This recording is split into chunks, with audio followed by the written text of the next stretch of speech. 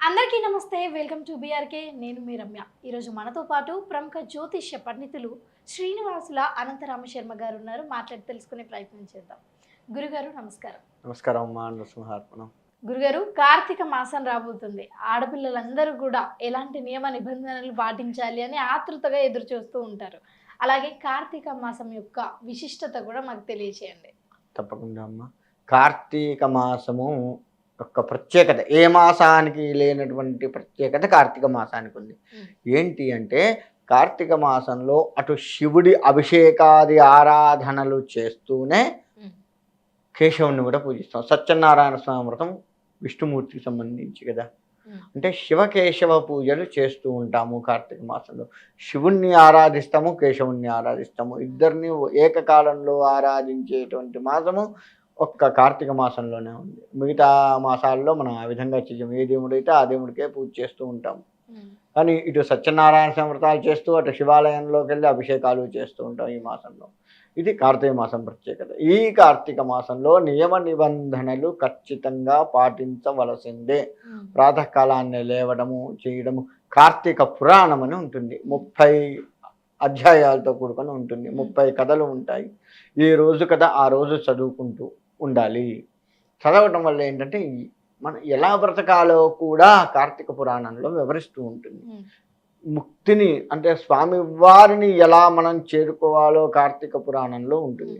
భగవంతుని చేరుకునే విధానం మొత్తం కూడా మన నడవడిక మొత్తం కూడా కార్తీక పురాణంలో ఇమిడిపోయి ఉంది. కాబట్టి అది రోజుకొక అధ్యాయం చొప్పున 30 రోజులు 30 అధ్యాయాలు చదవాలి. ఆ విధంగా చదివితే మనకు స్వామివారి యొక్క అనుగ్రహం కలుగుతుంది.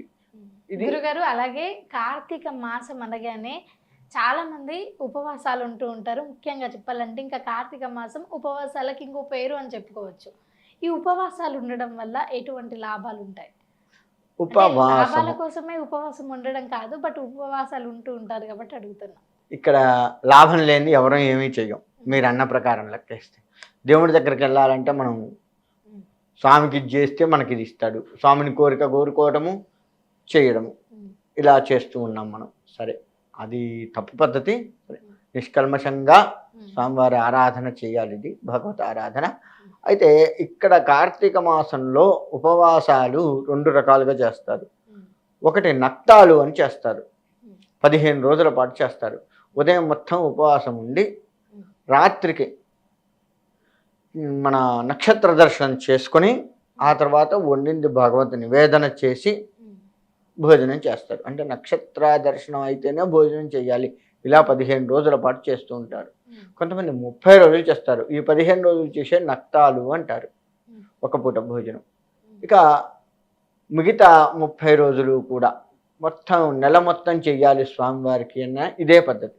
ఉదయం మొత్తం కూడా అభిషేకాలు అర్చనలు చేసుకొని స్వామివారికి నివేదించే పండ్లు పాలతో ఉండి సాయంత్రం కాగానే నక్షత్ర దర్శనం చేసుకొని అప్పుడు వంట చేసుకొని భగవంతుడికి నివేదన చేసి ఆ పరమేశ్వరుడికి నివేదన చేసి దాన్ని మనం భుజించాలి.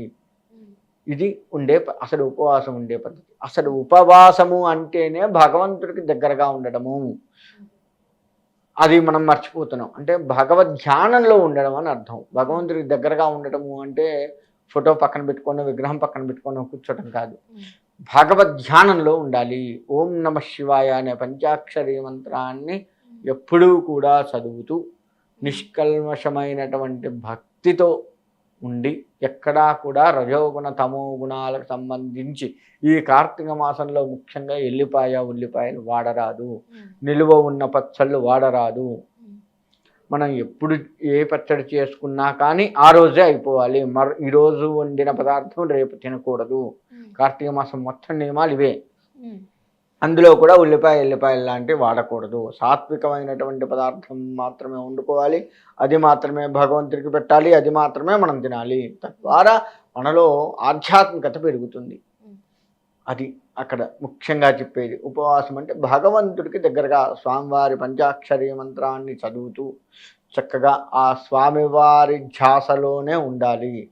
ఎక్కడా కూడా కోపాలకు తాపాలకు లోన్ కావద్దు. ఈ విధంగా ఉండే మాసము అంటే పూర్తిగా భగవత్మయం అయ్యి ఉండాలి. గురుగారు, అలాగే కార్తీక మాసం అనగానే పాత సినిమాలలో ఒక సీన్ చూపిస్తూ ఉంటారు. అది నిజంగా చేయొచ్చా చేయొద్దా అన్నది కూడా చెప్పండి. కార్తీక మాసం అనగానే గుడికెళ్ళి అక్కడ ఏదైనా పుట్ట ఉంటే దాంట్లో పాలు పోస్తూ ఉంటారు. పాము తాగాలి అని. అది చేయొచ్చా అసలు? కార్తీక మాసంలోనే అని కాదు, ఈ యొక్క పాములు పాముకి పాలు తాగించడం అనేది, పుట్టలో పాలు పోయటం అనేది అనాదిగా వస్తున్నది. అది ఆచారము, చేయవచ్చు, తప్పేమీ లేదు. కాకపోతే ఆవు పాలు పోయాలి. నీకు నచ్చిన పాలు పోయటం కాదు, ఏదో ప్యాకెట్ పాలు పోయటం. స్వచ్ఛమైన ఆవు పాలు తెచ్చుకొని పొయ్యాలి. దానికి నియమనిష్టలు ఉంటాయి.